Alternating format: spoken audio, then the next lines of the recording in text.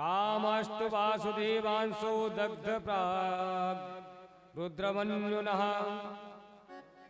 देहोपवत्तं भूयस्तेमेव प्रत्यपद्यतः। यहाँ पर कह रहे हैं कि रुक्मणी जी के साथ में भगवान का सुंदर विवाह होता है और उनके एक जो है बेटे का जो है जन्म होता है।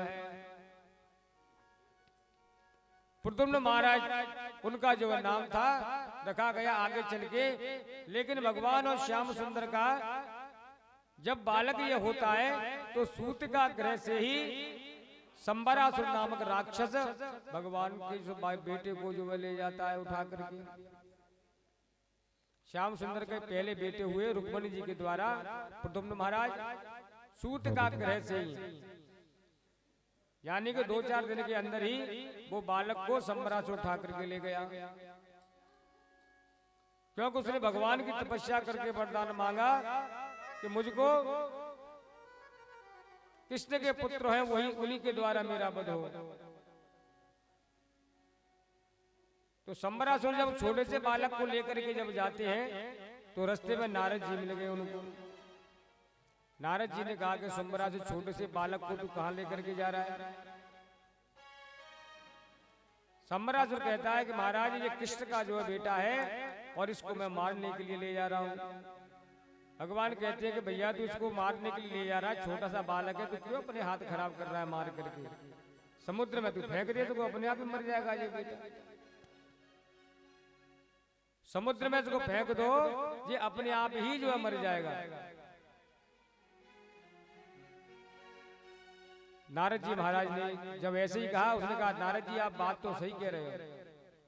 और उस छोटे से जो है शिशु को, भगवान के बालक को उस संबरासुर ने समुद्र में फेंक दिया। समुद्र में जैसे ही फेंका उस बालक को एक मछली ने निगल लिया पेट में अपने में, कि जाको राखे साइया मार सके न कोई, बाल नवा को कर सके जो जग बैरी हो।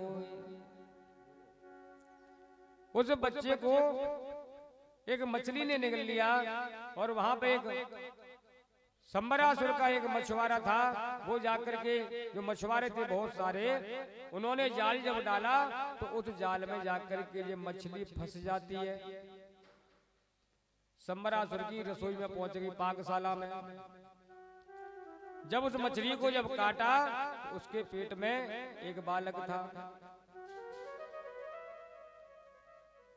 बालक जो अब संबरासुर के यहाँ पर पाकशाला में महारानी कामदेव की जो पत्नी है रति, वो जाकर के वहां पर रहती थी दासी बनकर के रसोई के एक काम करने के लिए।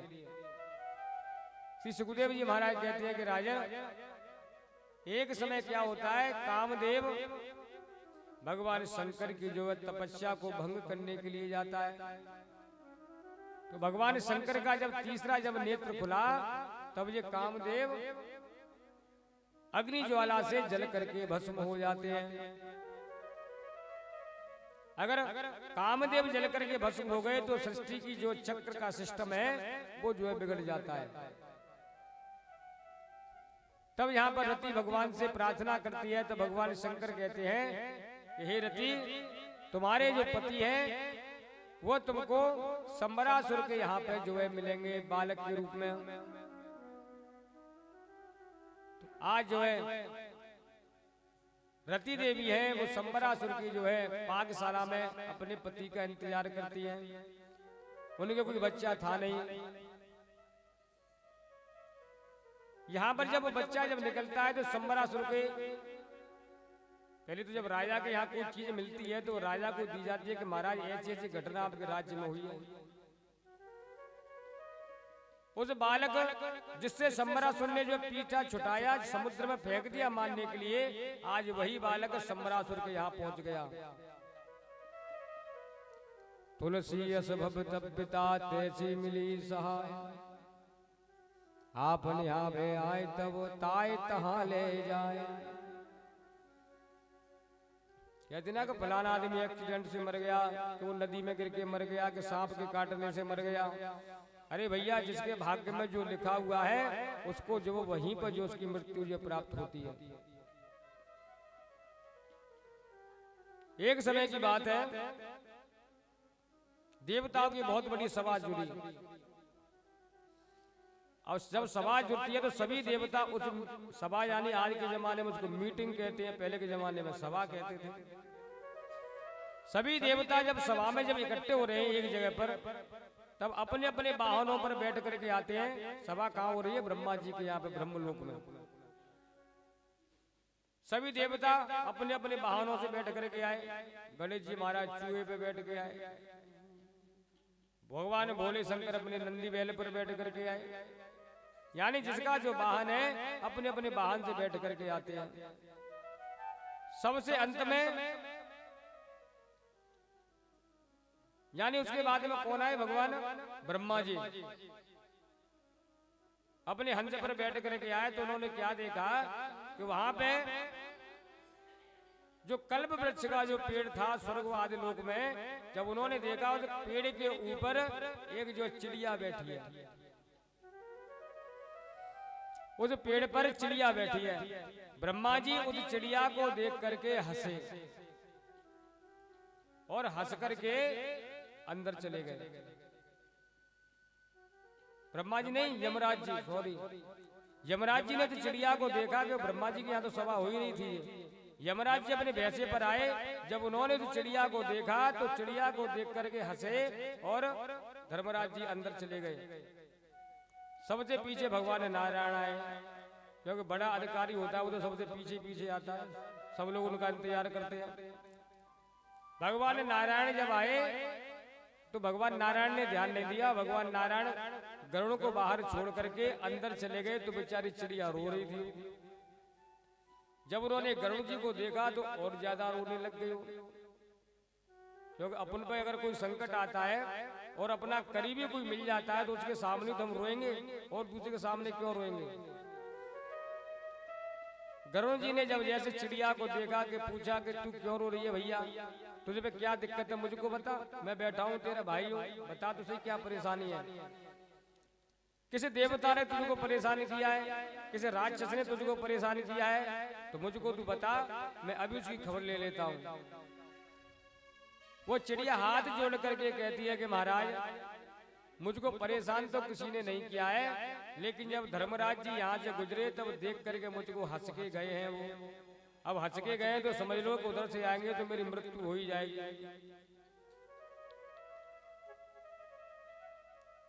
यहाँ पर गरुड़ जी महाराज कहते हैं, तो चिंता मत कर, मैं तुझको ऐसी जगह छोड़ करके आता हूँ, वहां पे धर्मराज क्या, धर्मराज का बाप भी वहां पर नहीं पहुंच सकता है मृत्यु के लिए। उस चिड़िया को अपने पंजे में दबाया गरुड़ जी महाराज ने और ले गए 7 समुद्र पार। 7 समुद्र पार एक जो है गुफा थी, उस गुफा के अंदर सुंदर जो है झरना बह रहा था, उसमें सोने का एक पत्थर रखा था जिसपे सारी जो है सुविधाएं जो है मौजूद थी। इतनी बड़ी जो है शिला सोने की थी, सुंदर सुंदर जल की धारा और छोटे छोटे उसमें पेड़ लताएं से व्याप्त थे। और चिड़िया से कह दिया कि चिड़िया, इस जगह के बारे में मुझको पता है या मेरे प्रभु श्री नारायण को पता है, उसके अलावा कोई इस जगह को जो नहीं जानता है। और यहाँ पर धर्मराज का तो बाप भी नहीं पहुंच सकता, तो चिंता मत कर, यहाँ पे आराम से रहे। और महाराज गरुड़ जी तो छोड़ करके तुरंत आ गए, क्योंकि वो तो पवन से भी ज्यादा तेज चलने वाले थे भगवान। और वहां पर अपनी जगह पर सुरक्षित हो गए। सभी देवता धीरे धीरे करके जाने लगे। जैसे उनकी सभा समाप्त होती है, बीच में से धर्मराज जी महाराज आए और धर्मराज जी ने उस चिड़िया को देखा। चारों तरफ पेड़ पे नीचे से खड़े होकर के देख रहे, चिड़िया कहाँ है, चिड़िया कहाँ है, इधर उधर। चिड़िया जब नहीं दिखाई दी तब गरुड़ जी ने पूछा कि कौन धर्मराज जी, क्या देख रहे हो। तब धर्मराज जी कहते हैं कि हे गरुड़, आज जो है विधाता का लेख गलत होने वाला है। जो विधि के जो विधान में लिखा है वो आज गलत साबित हो जाएगा। गरुड़ जी कहते हैं कि क्यों, ऐसी क्या बात है कि विधि का विधान जो बदल जाएगा? कुछ गलती हो गई है, विधाता ने लिखने में गलती कर दी है। धर्मराज जी कह रहे हैं क्यों भैया गलती क्यों हुई? अरे महाराज, आज इस चिड़िया की मृत्यु होने वाली है, अभी कुछ ही घटी पल में, एक आदि मुहूर्त में इस चिड़िया की मृत्यु हो जाने वाली है, और चिड़िया यहाँ पर है नहीं। अगर वो चिड़िया अपने 1000 जन्म रख ले, फिर भी वो ऐसी जगह नहीं पहुंच सकती है जहां उसकी मृत्यु होनी है। महाराज, मृत्यु कहाँ होनी है उसकी? गरुड़ जी, उसकी मृत्यु होनी है 7 समुद्र पार। मैंने देखी नहीं है वो जगह, मैंने केवल विधान में देखा है जो ब्रह्मा जी ने लिखा है। उसमें 7 समुद्र पार करोगे, वो एक बहुत बड़ी जो गुफा है, उस गुफा के अंदर सुंदर झरना बहता है, जहाँ सोने का जो बड़ी सी शिला रखी हुई है, उस पर उस चिड़िया की जो मृत्यु होनी है। और उस चिड़िया को कोई नहीं मार सकता है, और वो चिड़िया वहां पहुंच नहीं सकती है। इसलिए विधि का विधान जो आज गलत हो गया। भगवान गरुड़ जी महाराज ने अपना माथा पीटा के, हे राम, ये क्या हो गया? मैं ही उस चिड़िया को जो छोड़ करके वहां पर आया। गरुड़ जी महाराज गए हैं, देखते तो चिड़िया वहां पर जो मरी हुई पड़ी है। तो यहाँ पर कह रहे हैं कि विधि के विधान में जो लिखा हुआ है वो अमिट है, कोई नहीं मिटा सकता। कौन मिटा सकता है? भावई मेट सके त्रिपुरारी। केवल भगवान शंकर ही एक ऐसे हैं जो सारी विपत्तियों से जो निकाल लेते हैं। अकाल मृत्यु जो मरे करे चांडाल का काम, और काल भी उसका क्या करे, उसका रक्षक है महाकाल। इसलिए तो महामृत्युंजय का जाप करते हैं। क्यों करते हैं? क्योंकि इसको शास्त्रों में मृत संजीवनी विद्या जो कहा गया है। मृत संजीवनी विद्या कोई अमृत थोड़ी है कलयुग में, अमृत पिला दो साहब अमर हो जाएगा। महामृत्युंजय मंत्र को ही मृत संजीवनी जो है विद्या कहा गया है। लेकिन कलयुग में 4 बार 4 चरण जो है कलयुग के जो कहे गए, 4 बार जो है कराना चाहिए। कोई भी मंत्र की जो सिद्धि जब प्राप्त होती है, जब उसका 4 गुना जो जाप उसका हो जाता है। जब यहाँ पर ये देख रहे हैं कि जिसकी मृत्यु जो है जहाँ थी, वो मृत्यु जो है वाकई वहीं पे पहुंच जाती है। संबरासुर के सामने से बालक को रख दिया गया, कहा कि महाराज, ये बालक आपकी पाकशाला से प्राप्त हुआ है कि मछली के पेट में से निकला है। संबरासुर की बुद्धि जो है विकृत हो जाती है भगवान की माया से, और संबरासुर बालक को अपने हाथ में लेकर के उस रति को दे देते हैं। कहते हैं, देवी, तुम्हारे यहाँ पर कई वर्षों से संतान नहीं है, तुम इस बच्चे का जो है पालन पोषण करो। आए रति महारानी तो बच्चे का जो पालन पोषण करती है, और अपनी विद्या के द्वारा उस बच्चे को धीरे धीरे करके जल्दी बड़ा करती है। वो जब वो बालक 16 साल का जब हो जाता है, तब वो बालक रति से कहता है कि हे देवी, तुम मेरी माँ हो, तुम मेरी माँ हो, लेकिन तुम्हारे जो आचरण हैं वो मुझको ठीक नहीं लगते हैं। जैसे तुम मेरे साथ में रहते हो, माँ जैसे आचरण तुम्हारे मेरे साथ में जो है मेल नहीं खाते हैं। तब रति कहती है कि महाराज, काहे की मम्मी मैं तुम्हारी, काहे की माँ? महाराज, मैं तो आपकी पत्नी हूँ, और मैंने आपको जो है आसुरी विद्या सारी मैंने आपको पढ़ा दी है, क्योंकि उसके साथ में युद्ध करना है संबरासुर के साथ में। और देव विद्या के द्वारा मैंने तुमको, अभी तो वैसे तुम्हारी उम्र केवल 2 वर्ष की ही है, लेकिन मैंने तुमको देव विद्या के द्वारा 16 साल का जो है बना दिया है। मैं आपकी महाराज पत्नी हूँ, न कि मैं आपकी जो है माँ हूँ। भगवान शंकर के क्रोध के कारण आप जो है भस्म हो गया था आपका शरीर, तब उन्होंने वरदान दिया था, सारी घटना के बारे में जो बतला दिया। तो वहीं पर ब्राह्मणों के साथ में मिलकर के, और भगवान जो बालक थे भगवान श्याम सुंदर के, इनका नाम था अनिरुद्ध, उनके साथ में विवाह जो रति का जो हो जाता है, जो कि दिखने में बिल्कुल भगवान श्याम सुंदर जैसे ही थे।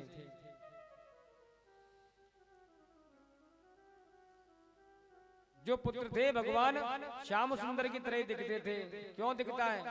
बेटा अपनी जो संतान होती है वो माता पिता पे क्यों जाती है? या तो माँ पे जाएगी या पिता पे जाएगी। आत्मा वही जाए थे पुत्र। पुत्र जो होता है पिता की आत्मा से ही जो प्रेरित होता है। इसलिए एक पिता के होने पर पिता यानी बालक के लिए एक भरोसा होता है। कोई जो घटना छोटी मोटी घटती है तो माता तो आंसू बहा देगी, मेरे बेटे को ये है, मेरे बेटे को वो है। लेकिन पिता क्या होता है? पिता गंभीर होता है। माँ जो होती है वो वर्तमान की जो है सोचती है, लेकिन जो पिता होता है वो भविष्य की जो है सोचता है।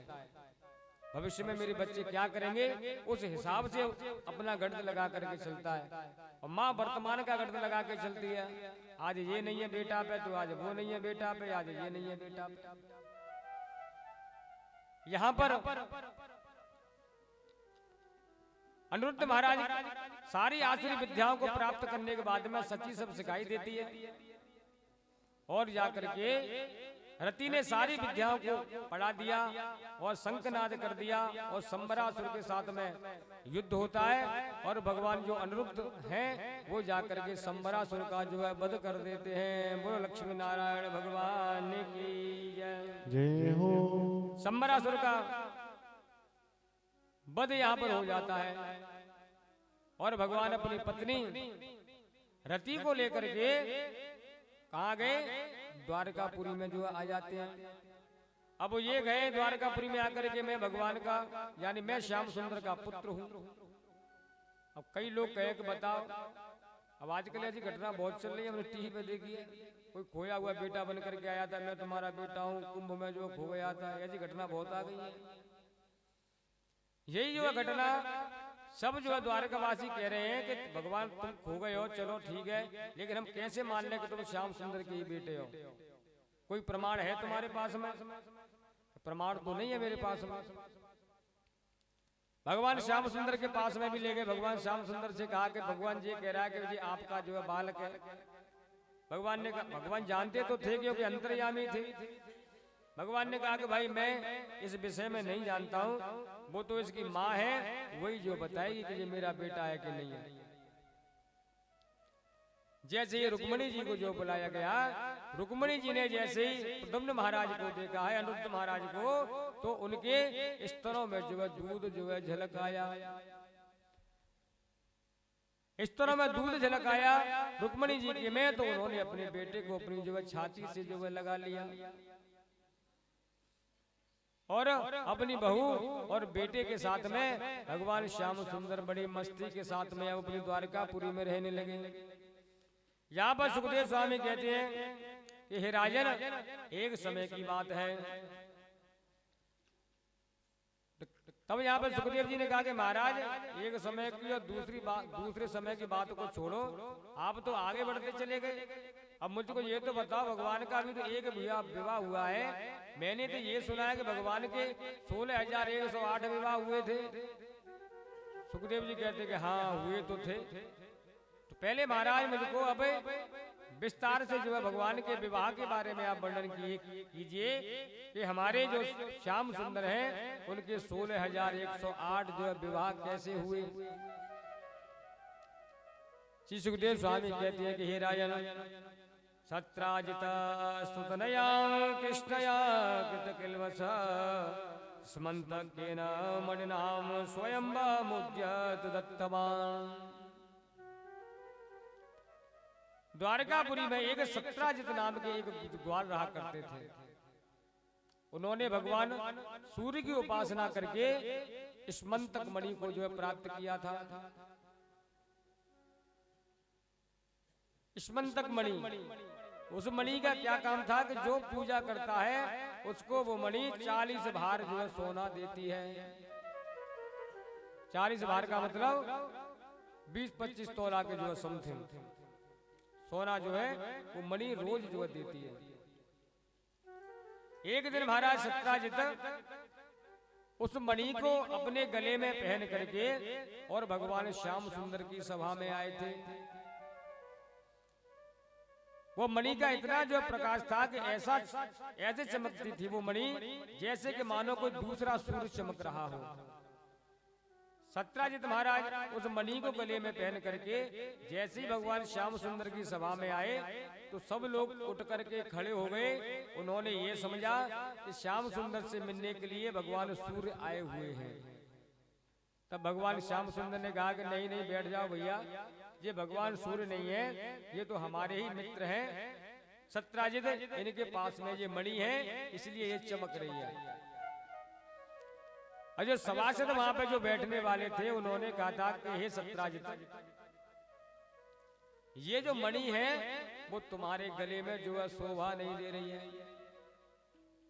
जैसे कल बताया था ना, क्या सुंदर गुलाब के फूलों की माला को अगर किसी गधे के गले में डाल दो तो कैसी लगेगी माला? ना तो बेचारी माला ही सुंदर, ना वो गधा ही सुंदर।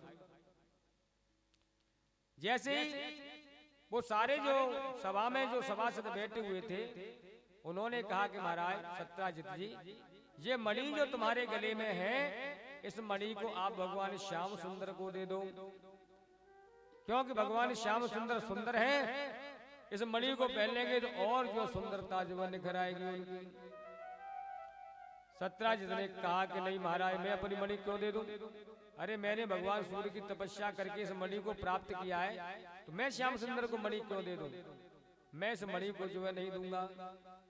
और सत्राजित ना कह करके वहां से चले जाते हैं सभा को छोड़ करके।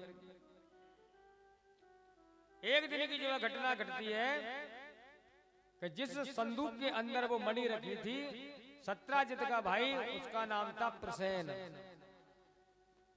उस संदूक को खोल करके देखा, उसने उस मणि को निकाला और रात्रि में शिकार खेलने के लिए चला जाता है अपने घोड़े पर बैठ करके, क्योंकि मणि चमक रही थी। उसके उजेले के लिए उसको ले गया था, मणि को प्रकाश करूंगा तो जो जीव जंतु जाने के जो आएंगे, शेर हाथी वगैरह, उनका मैं जो शिकार करूंगा। उस मणि को जब लेकर के गया है अपने साथ में घोड़े पर बैठ करके, तभी क्या होता है कि एक शेर ने ऐसा भयंकर आक्रमण किया कि सत्राजित और उसके घोड़े को जो मार देता है और अपने मुंह में मणि दबा करके और वहां से चल दिया। सुखदेव स्वामी कहते हैं कि हे राजन, सिंह प्रसेन मुदीन सिंहो, सिंह मणि को ले गया। और जब सिंह मणि को ले गया, रात में मणि चमक रही थी, तभी जो है जामंत जी महाराज ने मणि को देखा तो उन्होंने उस शेर को मार करके वो मणि ले जा करके अपनी जो है पुत्री को दे दी, अपनी पुत्री को दे दिया। सिंह प्रसेनमवतीन सिंहो जामवताहुत सुकुमार का मारो रिस्तम सुमंतकः। महाराज कह रहे हैं अपनी पुत्री को जाकर के दे दिया जामवंती को, जामवंती को दे दिया। और जैसी जब सुबह होती है तो सत्राजित जो थे महाराज, उन्होंने अपने भाई को जब नहीं देखा तब जाकर के, अब कह तो नहीं सकते थे कि श्याम सुंदर ने मणि चुराई है, सबसे पहले अपनी घरवाली को ही उन्होंने कहा कि देवी हमारे भाई दिख नहीं रहे, कि लौट के नहीं आ रहे, हमें तो ऐसा लगता है कि हमारे भाई को मणि के साथ में श्याम सुंदर ने जो है मरवा दिया हो। हमारे भाई को किसने मरवाया? श्याम सुंदर ने हमारे भाई को मरवा दिया है और मणि को ले लिया है। ऐसा कलंक भगवान श्याम सुंदर के ऊपर लग गया, क्योंकि आपको पता है कि स्त्रियों के पेट में कोई बात जो है रुकती नहीं है। और सत्राजित ने अपनी घरवाली को बताया, उसने जो है दूसरी अपनी पड़ोसन से कह दिया, हैरी सुन रही है? हाँ कहते क्यों मत है 2300 बहन में कहते नहीं कहूँ। अरे वो तो हमें तो ऐसा लग रहा है कि हमारी जो मणि हमारे जो देवर है वे जो है श्याम सुंदर ने मरवा दिए हैं। तू सही कह रही है कि हाँ सही कह रही है, पर तू क्यों मत कहते हे 2300 बहन में काय को कहूँ कहते। और वो क्या होता है कि करने करने जपन जने, एक दूसरे के कान के द्वारा पहुंचते पहुंचते वो खबर रुक्मणी जी के कानों में पहुंच गई। रुक्मणी जी के कानों में जब पहुंची तब रुक्मणी जी ने भगवान श्याम सुंदर को जो है कह दिया कि प्रभु आप पे तो ये सत्यजित को मारने का आरोप लग गया है। भादव शुक्ल पक्ष के चंद्रमा देख लिया था किसने? भगवान श्याम सुंदर ने। जो इस चंद्रमा को देखता है उसको जो है झूठा कलंक लग जाता है। इसलिए तो कहते हैं कि जो पर लार लीलार गुसाई तजो चौथ के चंद्र के नाई। दूसरों की जो स्त्रियां हैं उनको हमेशा माता और बहन के समान जो समझना चाहिए। तुलसीदास जी महाराज कहते हैं यहाँ पर भगवान श्याम सुंदर को जब कलंक जब लग जाता है तब जाकर के अब भगवान श्याम सुंदर अपनी छोटी सी मंडली बनाई और उस मंडली को बना करके जंगल में जो है चले जाते हैं प्रसेन को ढूंढने के लिए। उन्होंने क्या देखा कि जो घोड़ा जो जिस घोड़े पर बैठ करके गए हैं उस घोड़े के पैरों के निशानों के ऊपर जो है चलते गए। आगे उन्होंने क्या देखा कि फटे से कपड़े प्रसेन के पड़े हुए हैं, घोड़ा मरा हुआ पड़ा है और वहां से एक शेर के जो पैर आगे बढ़े हैं। जब उन शेर के पैरों को जब आगे करके गए तो क्या देखते हैं कि वहां पे शेर भी आगे मरा हुआ पड़ा है और एक ऋछ के जो पैर हैं।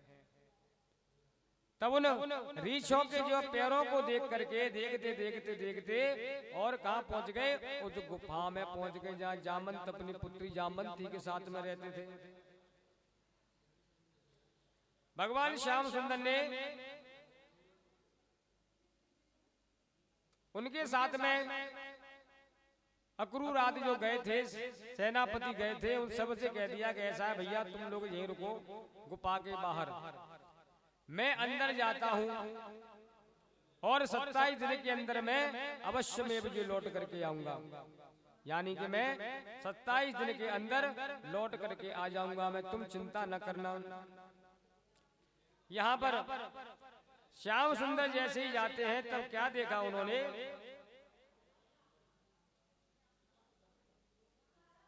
एक छोटी सी जो है लड़की उस मणि के साथ में खेल रही है। कभी उस मणि को गेंद की तरह ऊपर उछालती है, कभी हाथों में पकड़ती है, कभी ऊपर उछालती है, कभी हाथों में पकड़ती है। भगवान ने देखा कि चलो मणि तो मिल गई, मणि यही है। वो लड़की खेल रही थी ऐसे करके तो श्याम सुंदर पीछे से आए।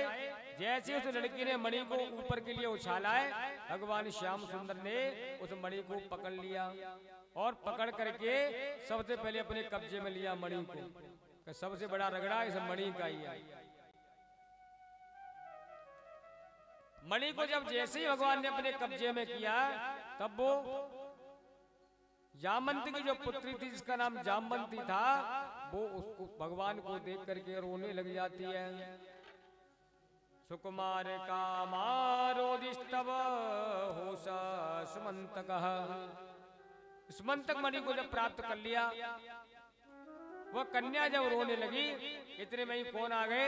अपनी बेटी को रोता हुआ देख करके जामंत जी महाराज वहां पर आ गए और जामंत जी ने इधर देखा ना उधर देखा और सीधे भिड़ गए भगवान श्याम सुंदर से। ऐसी लड़ाई की कि 27 दिन तक लगातार वो द्वंद्व युद्ध जो चलता रहा। 27 दिन हो गए लड़ते लड़ते। जब जामंती जी जब थक करके हार जाते हैं तब जामंती जी हाथ जोड़ करके उनसे भगवान से प्रार्थना करते हैं कि हे प्रभु मैं आपको पहचान गया हूं, मैं आपको पहचान गया हूं, आप वही मेरे प्रभु श्री रामचंद्र जी हैं।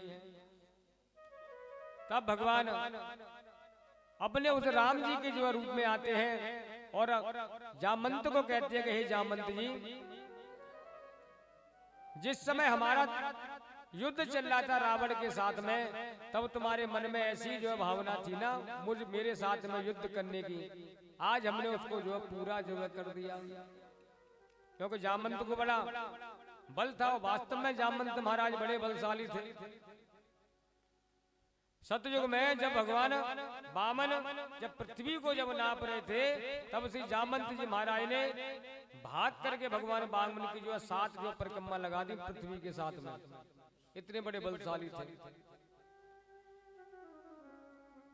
नागपाश में जब बांधा गया तब ने थोड़ी सी गुस्सा आई जामवंत जी को, रावण में एक घूसा दिया तो 24 घंटे के लिए मूर्छित हो गया रावण।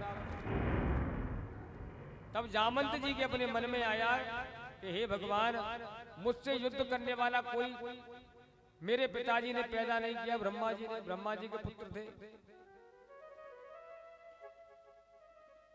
यहाँ पर भगवान रामचंद्र जी जब रावण को मार करके बैठे हुए थे विश्राम करने के लिए, तब भगवान राम जी की भुजाओं को देख करके जामवंत जी के मन में आया कि यही एक ऐसे योद्धा हैं जो कि मेरे साथ में युद्ध कर सकते हैं।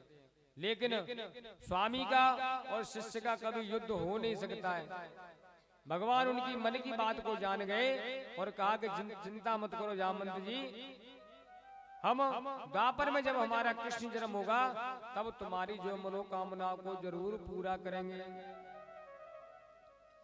तो यहाँ पर 27 दिनों तक जो लगातार युद्ध चला। जामवंत जी समझ गए और जाकर के भगवान के हाथ जोड़ लिए, जमीन पे गिर गए, क्षमा मांगने लगे कि हे प्रभु, मुझको आप जो है क्षमा कर दीजिए, आप मुझको राम जी की जो है दर्शन दीजिए।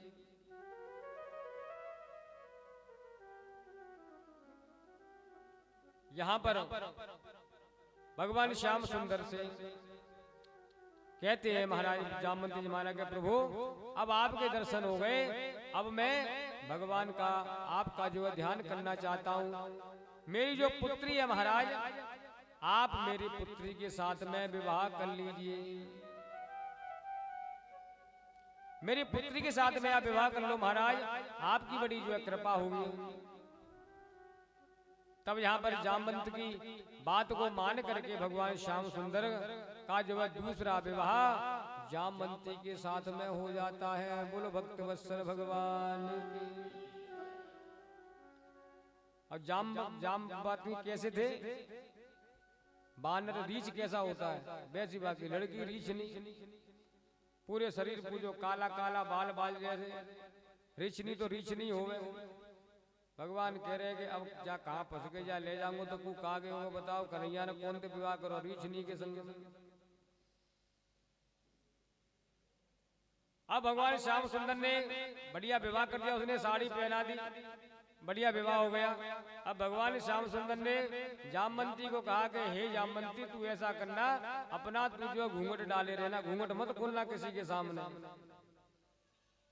घूंघट किसी के सामने जो नहीं खोलना तू अपना। तेरा घूंघट सबसे पहले रुक्मणी जी तेरा घूंघट जो है खोलेंगी और उनसे कह देना कि दीदी मैं इतनी जो है सुंदर हूँ कि शायद मेरे बराबर सुंदर इस संसार में कोई नहीं है, कामदेव भी मेरे समान सुंदर नहीं है। जब तुम्हारी दीदी जब लज्जित हो जाए या रुक्मणी लज्जित हो जाए, तब उनसे कहना कि अच्छा आप मुझको ऐसा आशीर्वाद दे दो कि मैं तुम्हारे समान जो रूपमान जो हो जाऊं और मेरी जो सुंदरता है वो पूरे संसार में जो व्याप्त हो जाए, बट जाए मेरी सुंदरता। भगवान श्याम सुंदर ने पूरा पढ़ा दिया। आज भगवान श्याम सुंदर जामवंती को अपने साथ में बाहर लेकर के आए हैं गुफा से। इधर में वसुदेव जी महाराज ने देवी की आराधना शुरुआत कर दी। मैया पे विश्वास क्यों करते ज्यादा? क्योंकि यहाँ देखो भगवान श्याम सुंदर को लौटते समय 15-16 दिन जब जैसे ही व्यतीत हो जाते हैं, तब महाराज को चिंता हो गई।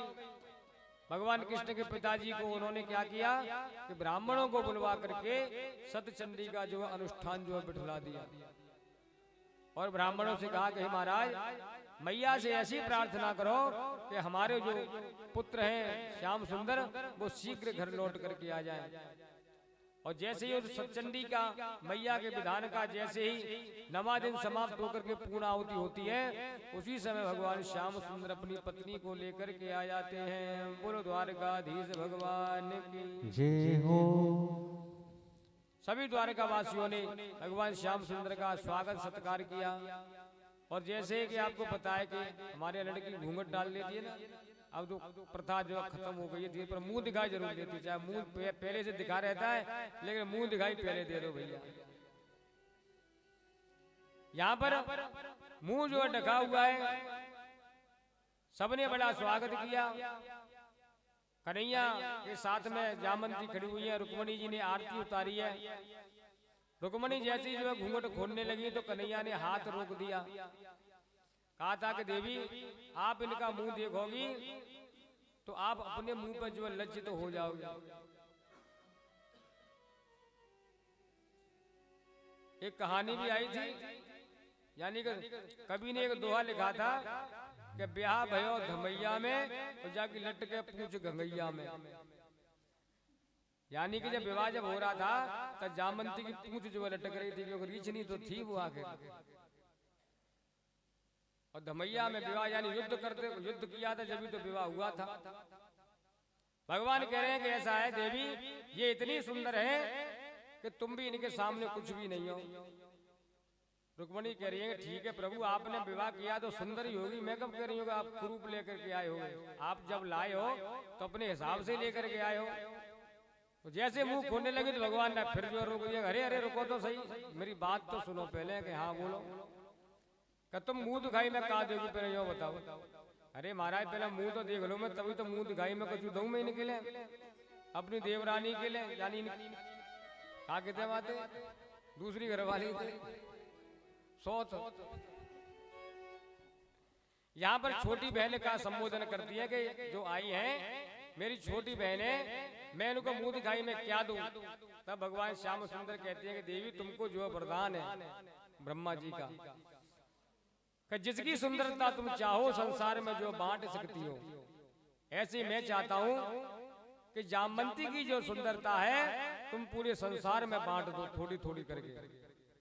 तब उन्होंने अपने श्याम सुंदर का ध्यान किया रुक्मिणी जी ने, और मन में संकल्प करके कहा कि जामंती जी जितनी सुंदर है, इस समय जिनकी जो सारी जो सुंदरता है शरीर की, वो पृथ्वी के सभी मनुष्यों में जाकर के फैल जाए।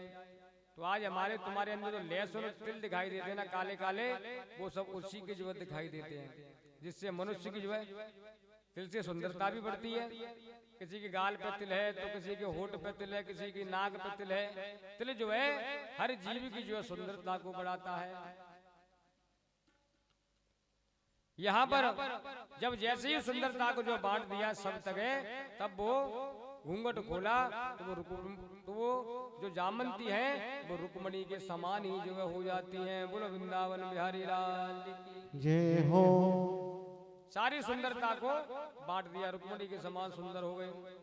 अब इधर में क्या घटना घटी, अब सत्राजित महाराज थे, बड़े लज्जित हुए वो, जिन्होंने भगवान पर झूठा आरोप लगाया चोरी का।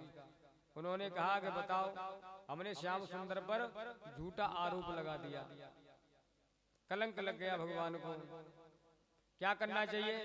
अब भगवान ने एक विवाह तो कर ही लिया है, दूसरा विवाह भी कर लिया, तो एक विवाह तक तो पाबंदी होती है।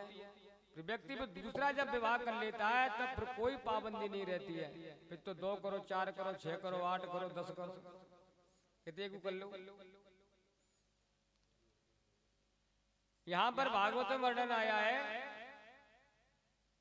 शशबिंदु जो महाराज थे सूर्यवंश में, उनके 10,000 जो रानियां थी, 1 लाख रानियां शशबिंदु महाराज के। बताओ कहाँ रखते होंगे रानियों। ययाति महाराज के बहुत सारी रानियां थी, 100 रानियां थी ययाति महाराज की। तो यहाँ पर रानियों का बड़ा वंश जो वर्णन आया है, यहाँ पे कह रहे हैं कि ये महाराज सत्राजित महाराजा बड़े लज्जित होते हैं और भगवान श्याम सुंदर के पास में जाते हैं और कहते हैं कि प्रभु मेरा आपसे जो है निवेदन है कि आप मेरी पुत्री का जो है विवाह अपने साथ में जो है कर लीजिए। किनसे कहा? भगवान श्याम सुंदर के पिताजी से, वसुदेव जी महाराज से। उन्होंने कहा था कि भैया मैं तो इस बारे में कुछ कह नहीं सकता हूँ, तुम श्याम सुंदर से पूछ लो, अगर वो चाहते हो तो विवाह कर लें। भगवान ने कहा कि चलो 2 तो हो गई है, तीसरा है या तो काज फर्क पड़ेगा। तब जाकर के तीसरा विवाह सत्यभामा के साथ में भगवान श्याम सुंदर का हो जाता है। और दहेज में वो मणि ला करके दे दी, महाराज जी तुम दहेज संभालो मणि के लिए। भगवान ने कही कि भैया मुझे मणि के चक्कर में तो पहला विवाह करना पड़ो, भैया मणि के चक्कर में तो दूसरी ले आयो। अब ये मणि ना जाने कौन कौन से खेल करागे।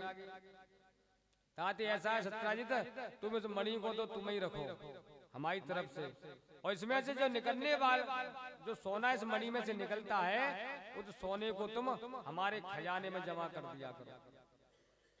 इस प्रकार भगवान श्याम सुंदर का जो तीसरा जो है विवाह हो जाता है। बोलो भक्त वत्सल भगवान की।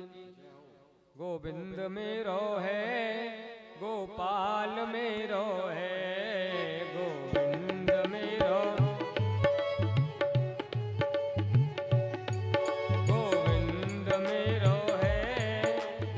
लाल मेरो है, गोविंद मेरो है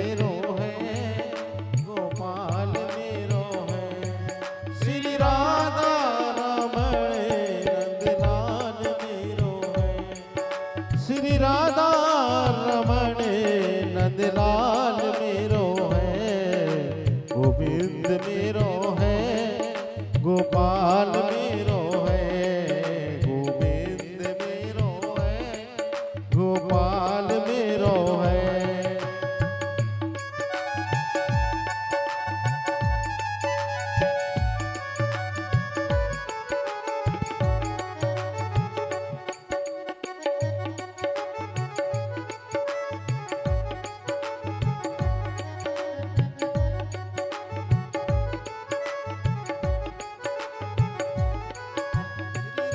गोपाल मेरो है। नंदलाल मेरो है, श्री राधा रमण नंदलाल मेरो है, गोविंद मेरो है गोपाल मेरो है, गोविंद मेरो है गोविंद मेरो है। श्री राधा रमण घनश्याम मेरो है, श्री राधा रमण घनश्याम मेरो है, गोविंद मेरो गोपाल मेरो है, गोविंद मेरो है गोपाल मेरो है।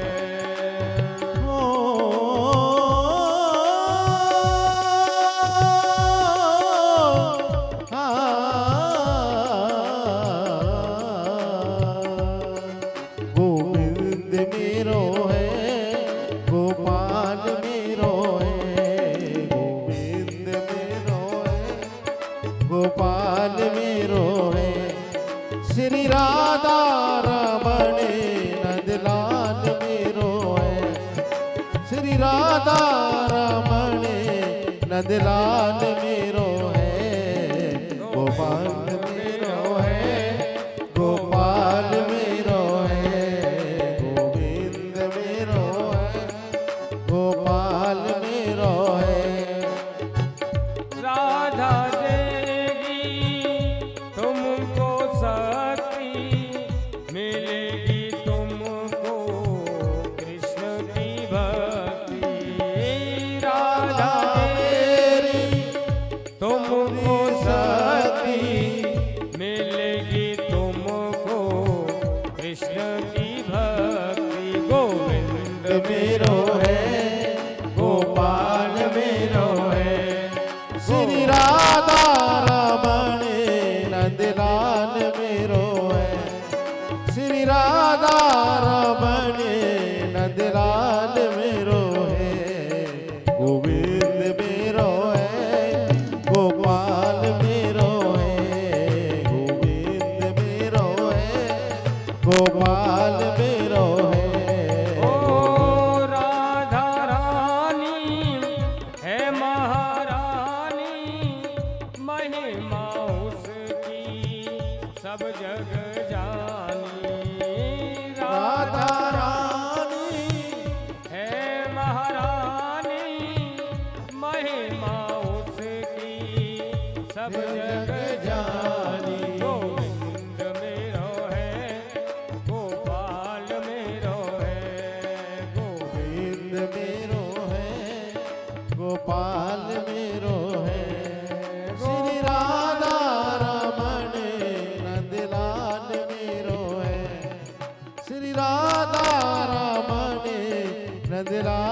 मेरो है गोविंद मेरो है गोपाल मेरो है। बोलो गोविंद भगवान। यहाँ पे श्री